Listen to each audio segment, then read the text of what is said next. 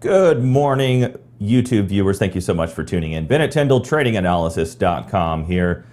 Thank you guys for tuning in. Happy Wednesday, July 21st to you guys. It's been an interesting past 3 trading sessions in the markets. Last Wednesday, we got together and we were looking at an overall wave structure in the NASDAQ 100 that indicated to us we could potentially be inside of an Elliott wave flat, with July 13th's highs actually being a B wave. We had outlined a zone of support that could potentially come into play down around 14.4.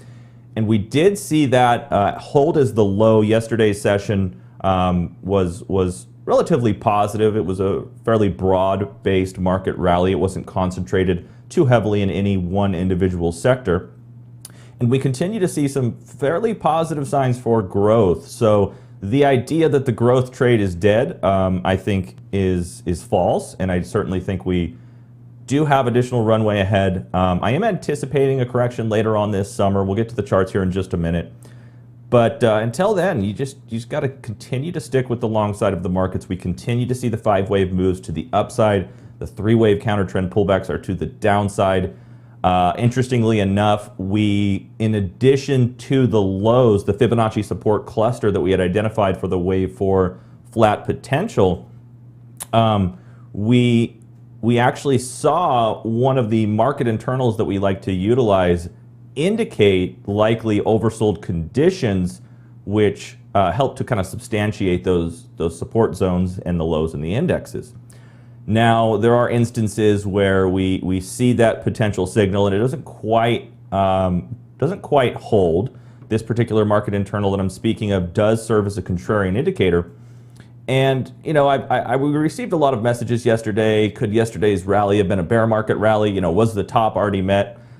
I don't think so. I continue to remain optimistic, and I'm going to continue to stick on the long side of the trend. The depth of the correction that I am anticipating is kind of still yet to be discovered. We've got a pretty thick zone between 15.3 and 15.5 in the NASDAQ 100.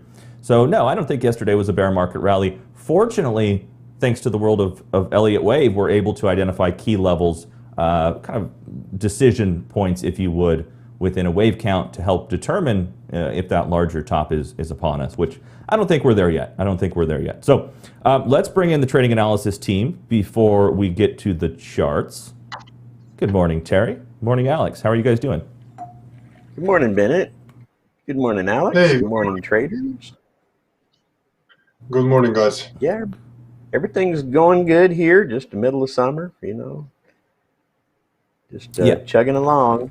Yep, Saw Bezos launch from Van Horn, West Texas yesterday, and had a successful journey into space. So I thought that was pretty cool. Looks like him and his brother were really excited about the trip. You know, that was on the 52nd anniversary of men landing on the moon, July 20th. What a day to do it, right? Yeah, that's crazy, right? Yeah, I thought that was pretty neat. To think it's been 52 years since men have been on the moon. So who's old enough to remember that? Okay, so hey, that's a good thing. I wish I was around to have experienced that, but no, it was really interesting to see both Bennett, Virgin by the time Galactic. you were born, I think the space shuttle had already been launched too. Oh, most likely. Did my volume die? No, you're good. Oh, okay, good. I'm running on really low batteries this morning on my mic pack, I think. So if anything happens, just kind of wave at me. I don't know. I'll get it. No, it was really interesting. Both Virgin Galactic and Blue Origin, made it successfully, and it was kind of interesting when Richard pushed his date up ahead of Jeff Bezos. They were kind of throwing some jabs back and forth at one another. Debating where space really begins. I thought that was a lot of fun. But at the end of the day, you still saw Jeff wish Richard a safe and successful trip. And yeah, that was a lot of fun. That was a lot of fun to watch. I was talking to some friends. I said, let's just jump in the Cessna. We'll pitch it up about 30 degrees, full power, to the firewall, and we'll get there eventually. Maybe at 1 foot per minute climb, but. If only it were that easy. So, hey, thank you guys for tuning in. Alex, Bitcoin south of 30K, man. We're seeing a little bit of a bounce back this morning, are we not? Yeah, I mean, lots of stuff going on in that space, lots of news. Janet Yellen is now pushing for a stable coin regulation. Powell also mentioned in the congressional hearing cryptos, and actually he said that once CBDC or a central bank digital currency is out, there will be no need for cryptos. So yeah, lots of stuff. There is also one of the things which is going on from the Facebook side. I don't know, you probably heard about Libra. That was a last project of the Facebook. So they rebranded that one to Diem, and actually they want to become a stable coin which is backed on a price of 5 fiat currencies. And Diem is already alive. So I'm wondering if that little bit push for the stable coin regulation actually comes from some tech companies in US. So that is very possible. So there is a kind of a mix of a negative sentiment and regulations. So naturally, you know what happened in China. Miners are slowly moving their operations towards other countries, mainly in US. So until this is fully recovered, the network is not so functional. So as you know, our main scenario is a bigger correction. There is additional ones, which I will show you today, but things are kind of a slow there. I mean, we poked below 30,000. We are back today at 31. So I don't see anything yet that can signify a major recovery. Did you see the video of the Malaysian government or police? They lined up 1,000 Bitcoin mining rigs and ran them over with a steamroller. No. Confiscated rigs. Yeah, I guess the suspects using them were stealing power. But do they not know we're in a semi shortage right now? Like, but no. To your point, there is certainly some interesting stuff going on. Very curious to see what you have there in the charts. So, and of course, guys, if you aren't aware, Alex actually has his own crypto-specific show every Thursday morning on our Trading Analysis YouTube channel. So, all right, guys, I'm going to jump into the charts, take them quickly through the NASDAQ. I don't want to take too much time here. I want to focus mostly on sector focus and macro, see what the boys have to say. And team, I'll be back with you in just a couple of moments. Sound good? Yep. All right, let's hit it.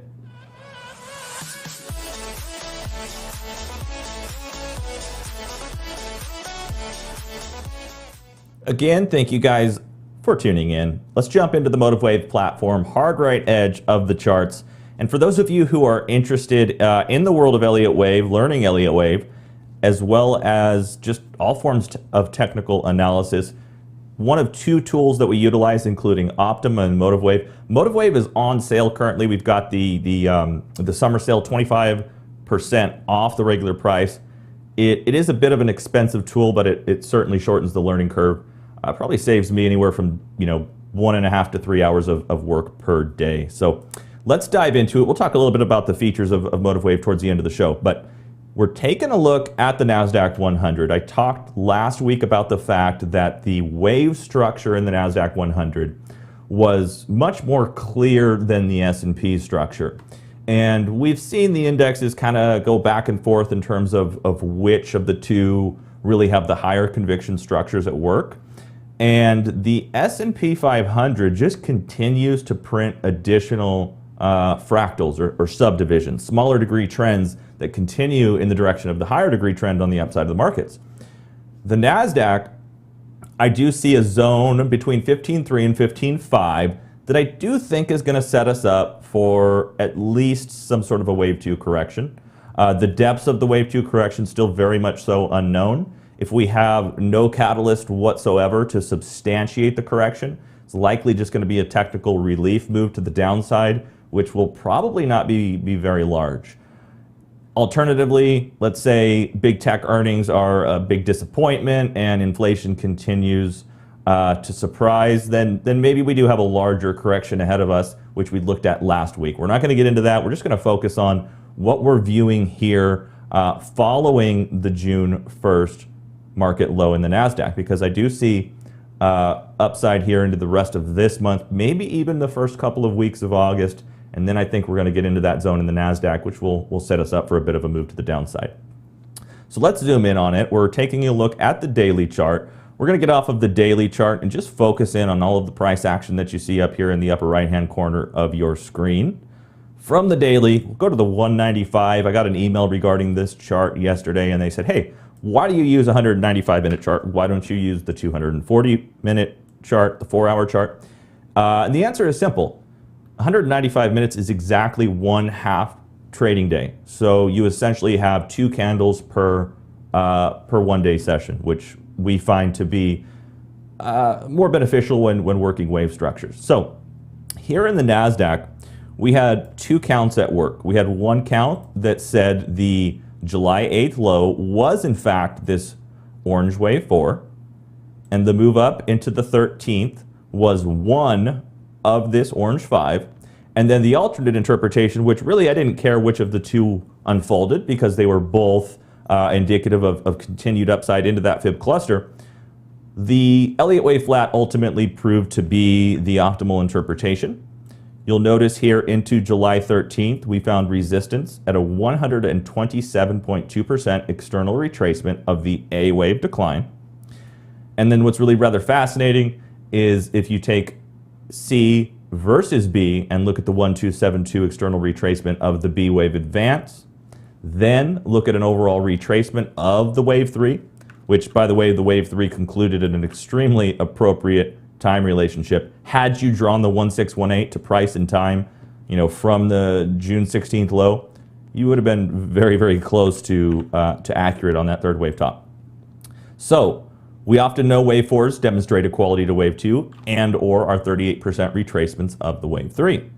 195 down to the 1-hour chart. You'll notice here the actual low of the session came right between these 2 fib clusters. The 1272 at 14,431, the 38% retracement at 14,481. The low, 14,455 so far. I'm looking for a little 5-wave swing to the upside, 3-wave pullback, and then I'm going to begin to scale in additional longs to target that upside 15.3 cluster in the NASDAQ. Now, could this be a bear market rally? Sure, anything's possible. We don't know the future. And in that instance, if this is a bear market rally, you're going to continue to see resistance off of the 61% retracement of that C wave decline. And the only way I would begin to entertain the idea that I am one swing point off, and instead of a move up to 15.3, we actually just topped down here, into the 6th or the 13th rather. The only way I'm going to entertain that idea is if we aggressively reject that zone and push straight through this fib cluster here. Until then, I'm going to continue to stick with the long side of the market, targeting that 15.3 to 15.5 zone. So that's the NASDAQ. Things continue to look constructive. Taking you over to the XLK, looking at the XLK, we have a very similar wave structure at work. You'll notice post-triangle thrust, 1, 2, 1, 2, smaller 3, 4, orange 3. Guess what? Orange 3 was fairly appropriate, beyond 1618, and just over 200% in time compared to 1. And then down in wave 4, this was about a 38% retracement. You could do the exact same wave structure here. The implications are pretty much the exact same. So you could put this as a wave 4 flat, and that puts your 38% retracement right into where the actual support was, and of course the 1272. So same thing here, looking for 5 up, 3 down, and another push to the upside. Another significant component of the XLK is, of course, Apple. And taking a look at Apple, post-triangle thrust, leading diagonal 1, 2, smaller 1, 2. Orange wave 3 was 200% of orange 1, and it did it in 161% of time elapsed in 1. Now you have a move down in wave 4. Wave 4, 38% retracement, has confluence with the area of the previous 4th. You're seeing a pretty significant response there. Futures still look a little bit sideways. Now, we aren't far off of completing this 5-wave move from the lows. So the key here, and this is what we're going to be tracking with our members, is the retracement of this initial kind of relief from the support. So very curious to see where this market takes us. Now, I pointed this out a few weeks back. the S&P continues to just print additional 5-wave moves and additional fractals. So the idea that we're actually in a much more significant bull market rally, still not out of the question. Still not out of the question at all. So that's it for me. I hope you enjoyed the session. I did have a request for the Dow, and then somebody asked about the market internal. The market internal that I was referring to that helped us kind of verify and substantiate that support zone in the NASDAQ was the trend. The trend often serves as a contrarian indicator. The trend can be seen down here at the bottom of the chart. At the top of the chart, you have the purple line, which is simply S&P 500 price action in line format. This also typically happens at or around monthly options expiration. Go figure. So here we have an extreme back on 519. 519, the trend opened at 3.17. We had a high of 3.73. Those extremes are typical of oversold conditions. Notice that was associated with a low, a corrective low in the index. Moving on to 618, June FOMC meeting. Dot plot shifts, everybody's talking about Fed tapering. The markets get a little bit shaky, corrective low, trend extreme. Markets are right back to the upside. Here we did it again. We had an extreme of 4.18. I didn't care for the fact that that 4.18 print was an opening print. It was an opening extreme. But we unwinded that, and we did kind of shift to accumulation yesterday. So I'm going to continue to stick on the long side until we're presented with a good reason to go against the trend. That's it for me. Let's go ahead and get the team back in here, and we're going to get Mr. Terry Long set up to take us through sector focus. He's seeing some very interesting signs as well. And then I'm going to take a look at the Dow at the end of the show. All right, Mr. Terry Long, sir. Let me get your chart ready. All right, let's go. All right, let's do it. We're going to take you through sector focus. Market needs a correction. That's right. Yeah, sorry. Absolutely. No. You're good. You know, so many people see those 2 or 3 day moves and they start getting very concerned. And I understand, right? Like we're in a situation that's different than typical just overextension of the indexes. We do have that inflation dynamic, but guys, just continue to stick with the trend. It is your friend. So Terry's going to take you into Optima, and then and we'll be back.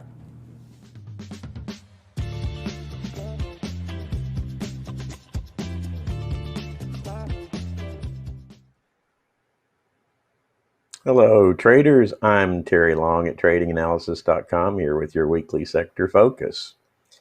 Now, last week, we saw the first significant decline in the S&P in a month, right? So we had 3 good up weeks, and then we got this a little bit of breakover.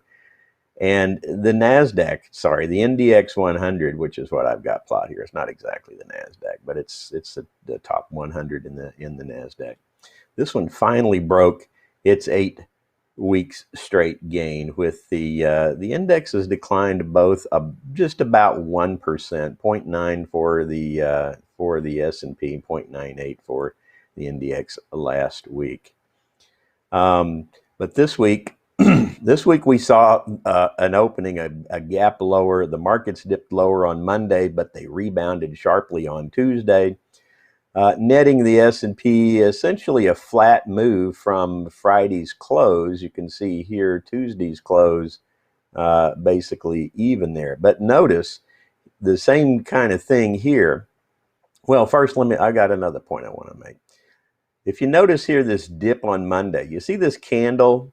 This green line is a 20-day simple moving average, and the blue line is the 50-day moving average. So Monday's price move in the S&P saw the shadow of the candle dip down and bounce right back off the 50-day. And now Tuesday's reaction is a bullish candle that more than engulfed the volume of the previous bearish candle. Now down here on the NDX, notice that the NDX only dipped down just slightly below the 20-day moving average. Here's the 50 down here. And then the rebound there was actually enough to put the NDX back into positive territory for the week. So this relationship of the NDX to the SPX, just simply on these little 3 days worth of performance, tells you that the NDX is outperforming the S&P in how it's characterized. So But yeah, last week started out actually with the indexes all setting new all-time highs. That's this red line I've got put up here, and that's my overhead resistance chart. Anytime we get a rollover, I'm going to go ahead and mark those levels as overhead resistance levels. Now, here's the sector performance. So last week, the energy sector fell nearly 8% on uncertainty with OPEC supply quotas. The utility sector had actually responded positively, up 2.5% after several weeks in a corrective pattern. The staples and real estate also ended last week in positive territory. And we had hopes for the beginning of a correction to start, or not a correction, but a recovery in consumer discretionary. I think it faded a little bit with the consumer discretionary down about 2.5%. Materials and financials also underperformed the S&P, but again, notice here, this is the technology sector. Here, this purple one here is the S&P. This is the technology sector. Technology sector actually outperformed the S&P with only down 0.6%. I'm going to clear this out of the way. This represents Monday and Tuesday's price action now here, and of course, Monday saw the S&P dive 1.6%. The NASDAQ dove just 0.9%, but the rebound basically wiped out all of that loss. The consumer discretionary sector, though, look here. Consumer discretionary this week is up 0.68. So this is one of the turns that I've been looking for to happen, because I've been seeing the writing on the wall internally. Sorry, I can't speak this morning. Maybe I need a cup of coffee here. I don't blame you. I had one of those mornings myself. It happens. Yeah, so on the positive movements here, we've got the consumer discretionary up Monday and Tuesday already at almost 0.7. But energy continues to fade here. So, all right, let me switch over here to the weekly rotation and take you through this. So, well, now, the energy sector is no longer our leading sector, as it has rapidly reversed here in the rotation. And you can see that real estate is now taken over, moved into the first place, but energy is second, followed by financials. Then we've got the communications sector here, and industrials and materials. Now, materials sector had been following the industrial sector for the longest time. It followed the industrial sector up into the leading quadrant, and then it followed it right back down. But I told you, starting a few weeks ago, look at the acceleration in the XLB as it actually overtakes and passes the industrials. So heavy downward pressure means rapidly declining momentum and negative momentum, essentially.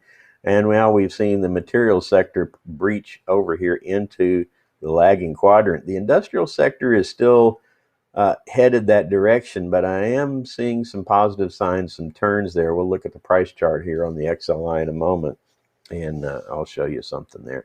But financials, we started off with earnings seasons, and as I expected, the earnings seasons has not proven to be the saving grace for the financial sector. We see it declining further into this southwesterly heading here. But the communications sector really held its ground in this leading quadrant while materials and industrials faded. And look here now, technology and healthcare are now showing improving trends, and both vectors continue to show improving characteristics. The technology sector is now on the verge of re-entering the leading quadrant after nearly a 5-month hiatus. Let me take you all the way back, rotate all the way back to here. I think the last time we saw the XLK here in the leading quadrant was about February 5th, and then it pushed down into the weakening quadrant right there on the following week. So it's been since early February, and now we've got a complete rotation of technology. The other thing to look at here in the vectors is actually we see acceleration occurring. So we can measure all of these various parameters on these vectors, and the velocity is increasing week over week as technology moves rapidly into the leading quadrant. Now, what does it mean to be in the leading quadrant? Well, down here on the x-axis, this is the relative strength ratio between whatever symbol I have here and the benchmark. In this case, the symbols are the 11 sectors of the S&P. So I've got the S&P 500 index as the benchmark, and so that's here at the crosshairs. Relative strength on the x-axis, relative momentum of the underlying instrument to the benchmark here on the y-axis. So when we see something with a northeasterly vector here heading at 52 degrees, that means that we are increasing both momentum and relative strength outperformance simultaneously against the benchmark. And when I see momentum on the rise, that tells me that investor interest, institutional interest really, right? It's not the retailers moving the market unless you're playing Reddit with AMC and GameStop. But it's the institutional traders that are really coming back into the thing on growth. Wasn't planning on showing you this, but I'm going to just pop this in here. This is a relationship of growth and value. These two ETFs, IVW represents growth stocks and IVE represents value stocks. And we've been monitoring their movement here. I actually have, let's see, let's just take that down to 4 bars. That represents 1 month's worth of movement. And I was dragging these tails back out to actually see where the turn happened. And we're about 12 bars in. So 12 weeks ago, we had growth at its worst. So that's 3 months ago, right? So 3 months ago, back in April, we started telling you, I started touting, pushing growth. You weren't hearing it on any of the media channels. They were negative on growth, so saying value, value, value, buy into that because industrial materials, everything is booming. And I said, but hang on, guys. I'm seeing signals that are saying there's a return back into growth. And if you'd followed that and you stuck with your guns on your technology stocks, you've seen a huge recovery back in those technology plays as we have made this big recovery. And it looks like we're going to see additional movement further into the leading quadrant now as we trading places here with these groups here. So these tables here, I can actually break down growth and value. Here I can actually break them down into small, mid cap, and large cap. And we can see the various performances on the weeks here. This is a daily chart here, right? So we can do these RRGs both in weekly and daily terms. And the same kind of thing. If I just wind this all the way back, you can see what a complete orbital looks like, right? So these orbitals tend to move across the page, across time, and as we're moving further to the right in with the growth, we've now got growth in a very strong position. All right, so let me take you back there. So let's flip through these real quick. So energy, we know energy is fading dramatically. The energy sector declined below its 20-day moving average. The 20 crossed below the 50 here on Wednesday last week. And you can see the precipitous decline here. So this little elliptical area here I've got mapped out as a potential range of the correction. I'm looking for it to find support here at the 46 level because of historical volume traded here. But it is possible that this correction gets even deeper and pushes down here to the 200-day moving average before we get a recovery bounce back in energy.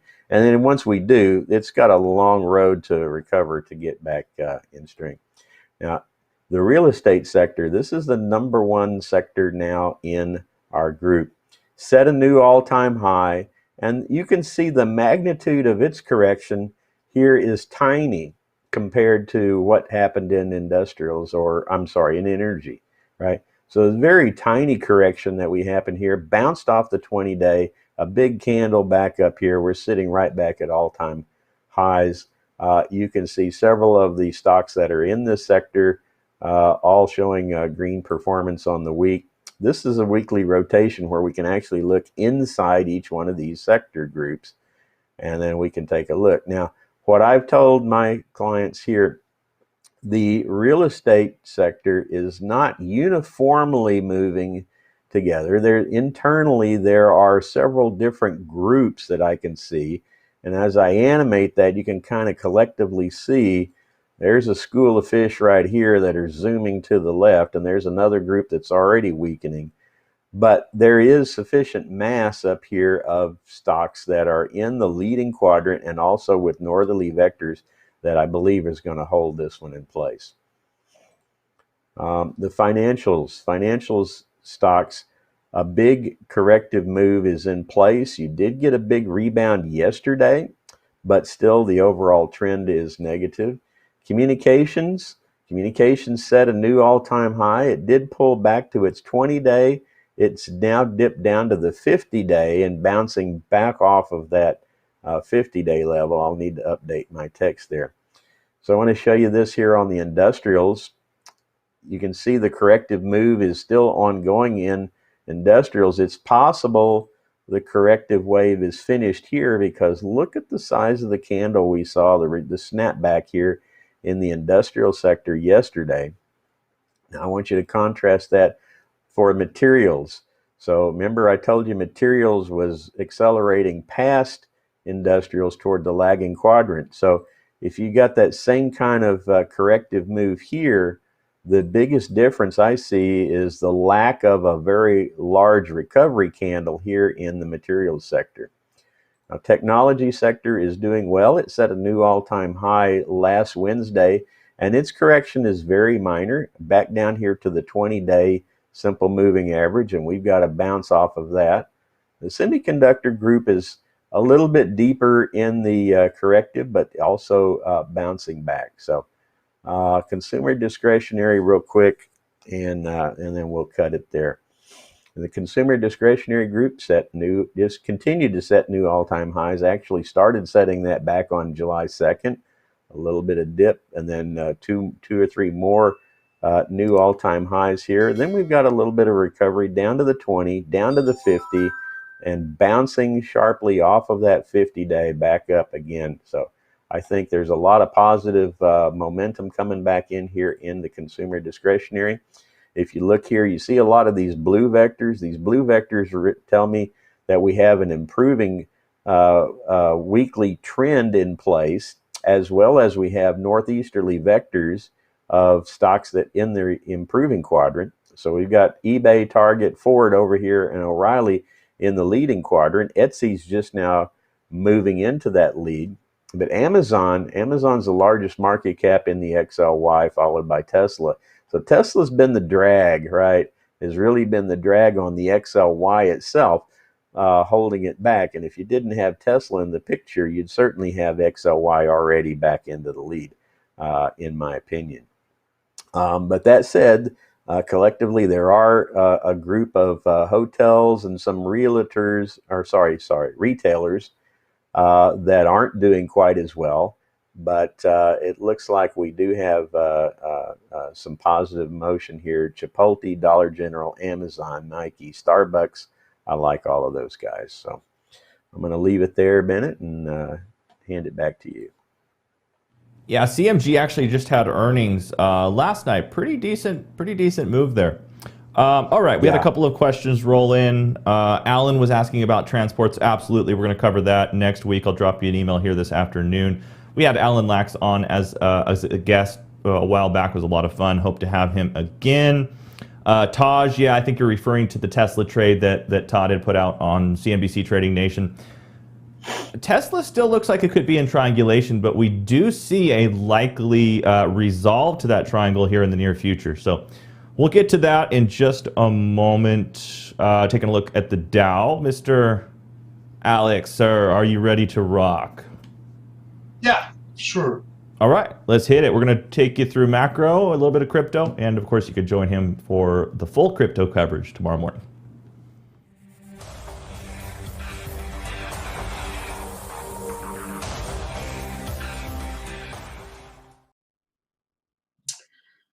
Hey guys, welcome to the macro section, a little bit mixed with cryptos. And let's start looking at this chart of the one of the charts most looked, I think, now in the world. It is the chart of the US 10-year yields.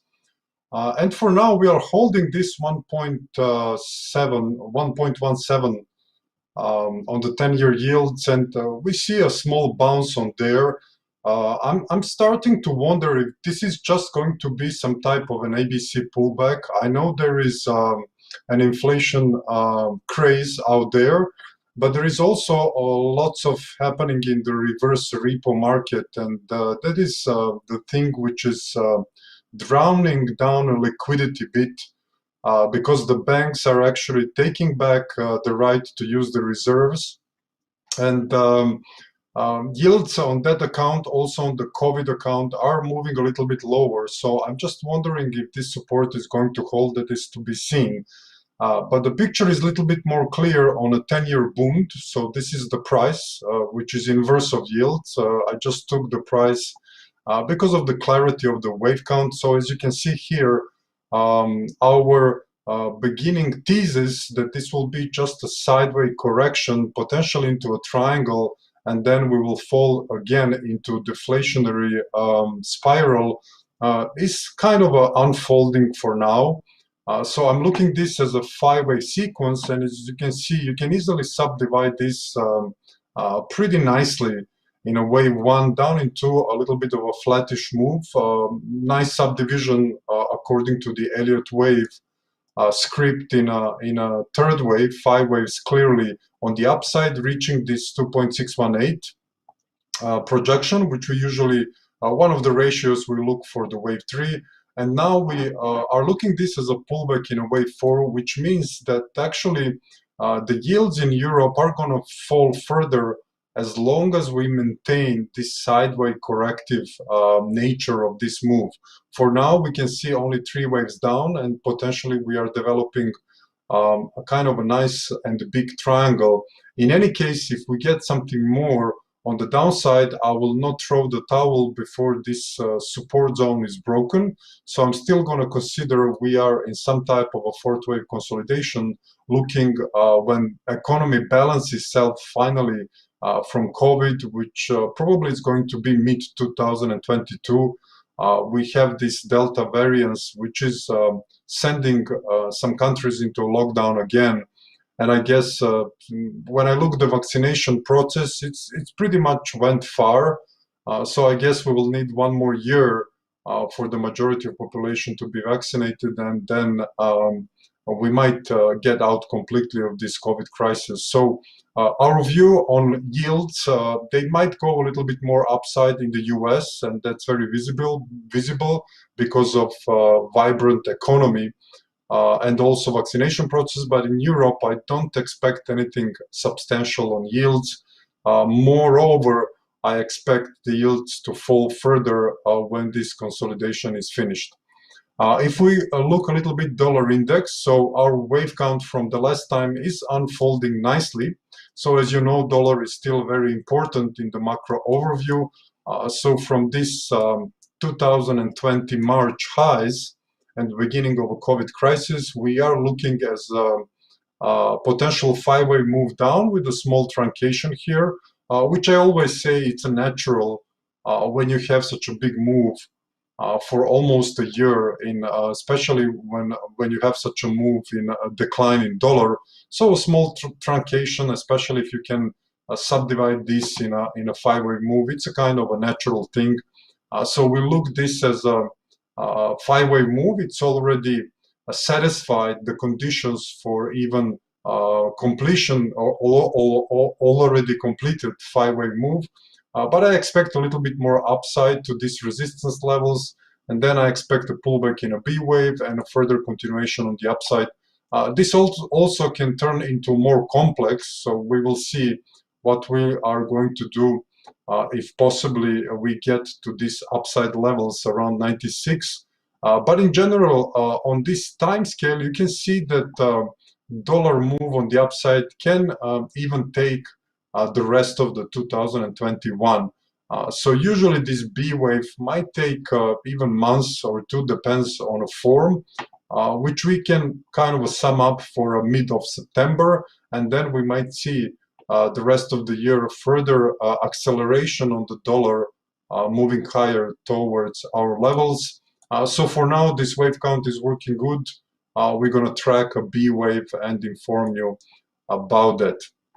In the crypto space, I get a lot of questions, and I had a really extensive members webinar yesterday with a lot of our members online, and we discussed several things. So there is some notion in cryptos which I'm trying to track now. Our main scenario is that we are still in a big ABC pullback with a potential 38% retracement. If we label this as a wave 3, so 20,000, 22,000, that will be one of the possible designation of this corrective pullback in a Bitcoin. And I get a lot of questions, even on Twitter and from my members, what if this is a flat? And this is actually how this will unfold if this is just a flat corrective pullback. So I will just glare a little bit of this chart. But anyhow, if this is a flat and we continue on the upside, this will be a 5-wave move. A little bit maybe we expect 26,000, but from there you will see a clear 5-wave move and a pullback, and that will signify, or actually it will be a reversal signature that will tell us that potentially this correction is over and we move further on the upside. So pretty much comfortable position in regards of this Bitcoin outlook, because clearly you need a price action according to our methodology that will signify the reversal signature and continuation on the upside. But on that account, we don't see that yet. So we have to keep our primary scenario, which is matching a little bit to US dollar unfolding until the end of the year, because the time between this correction and this correction will be around January, December, end of December, January 2022. So we are going to continue to monitor these several wave counts. For now, this one is still our primary, but the main point, what I wanted to tell you is that what I saw on some other cryptos, which are pretty much starting to show, for example, on ADA, potentially that even this correction is very close to finish. So I'm very much on guard against the possible reversals, especially on this Polkadot chart. You can see a clear 5-wave move, and an ABC almost came to the perfect measured move or equality measured. So anyhow, I will pretty much watch this possible reversals in 5 waves, and if I see that, we might switch to our secondary scenario. So I see this in many other altcoins, as they call them. So we might see a very interesting thing coming into crypto space. One of the things I usually mention to every crypto guy, which is pretty much bullish with a little bit more sensibility, is that if you look the market cap, we are trading at 600 billion, and we came down from around 1.2 trillion. So in the less liquidity market, potential move down in stocks and move up in dollars, I don't think that will be a kind of a nice environment from cryptos. Are people going to move their money from stocks to cryptos if the market is moving down? Very debatable question. So if you look for some lows or for some developments on the upside, always look some of these market fundamentals, where the money flows are. And if you look the market cap, and if you think we are going to recover to 1.2 trillion so fastly, I will just say think that through. So we also track that for our members. So join me tomorrow for the regular Crypto Lab with Alex, where I will show a little bit of more of these themes regarding what's going on in the crypto space.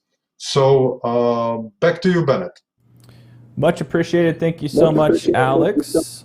And all right. So, hey guys, markets are open here. NASDAQ's moving to the upside. Just a heads up, if you do want to take advantage of the Motive Wave sale, you've got 5 days, 14 hours, and 22 minutes.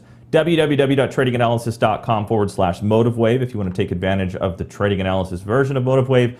We do have color-coordinated Fibonacci that Mr. Todd Gordon has compiled over his years of working Elliott and utilizing it in combination with Fib. So again, tradinganalysis.com/Motive Wave if you do want to check that out. Regular price is $22.95, currently on sale $1,721. We should have gotten it to 1,786.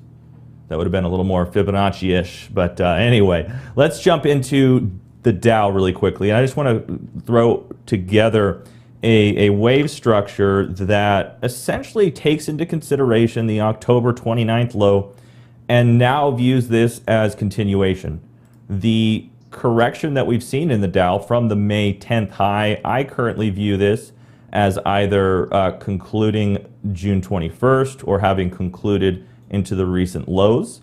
Notice the support, the bounce that you've seen. Look where the low came in here on the 19th and the low came in on the 12th of May.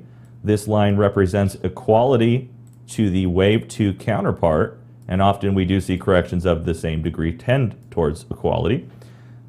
Extremely solid bounce there. You also have a nice little 3-wave flat inside of this B wave down in C. I'd be watching for the same thing we talked about in the NASDAQ. If you see a little 5-wave swing up met with a corrective pullback, you can look to trade long with a very narrow window of risk.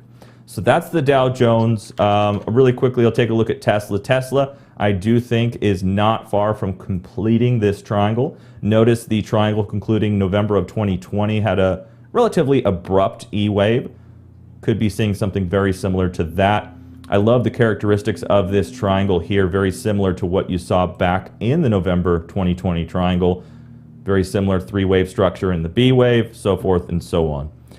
So hey guys, that's it. We do appreciate everybody sticking around, and we do appreciate you guys tuning into the show. If you do enjoy the content, we would appreciate a thumbs up. Subscribe with notifications if you want to stay up to date with Mr. Todd Gordon and our TA Live Wednesday show. And of course, we would encourage you to subscribe to our Trading Analysis YouTube, youtube.com/Trading Analysis. Alex, we'll see you guys there tomorrow morning, 9 a.m. Eastern, for his Crypto Lab show. All right, team. Yeah, Ben. Yeah, go ahead. Let me just jump in for a quick response. I see some of the viewers looked for gold. So you can look our previous videos on that. Nothing has changed on gold. We still have a view that we are in some type of an X wave with a lower implication. So not much of a change. So sorry, I didn't do gold today, but picture is pretty much the same. So sorry, Bennett. No, not at all.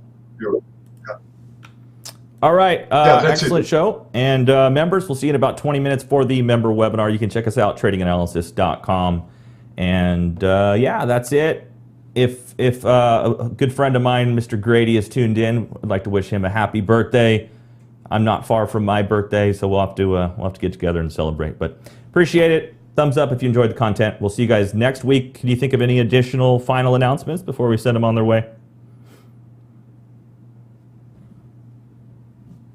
I think we got it. All right. We'll keep it at, we'll leave it there. And we'll see you guys same time, same place next week. Take it easy, and we'll talk to you then.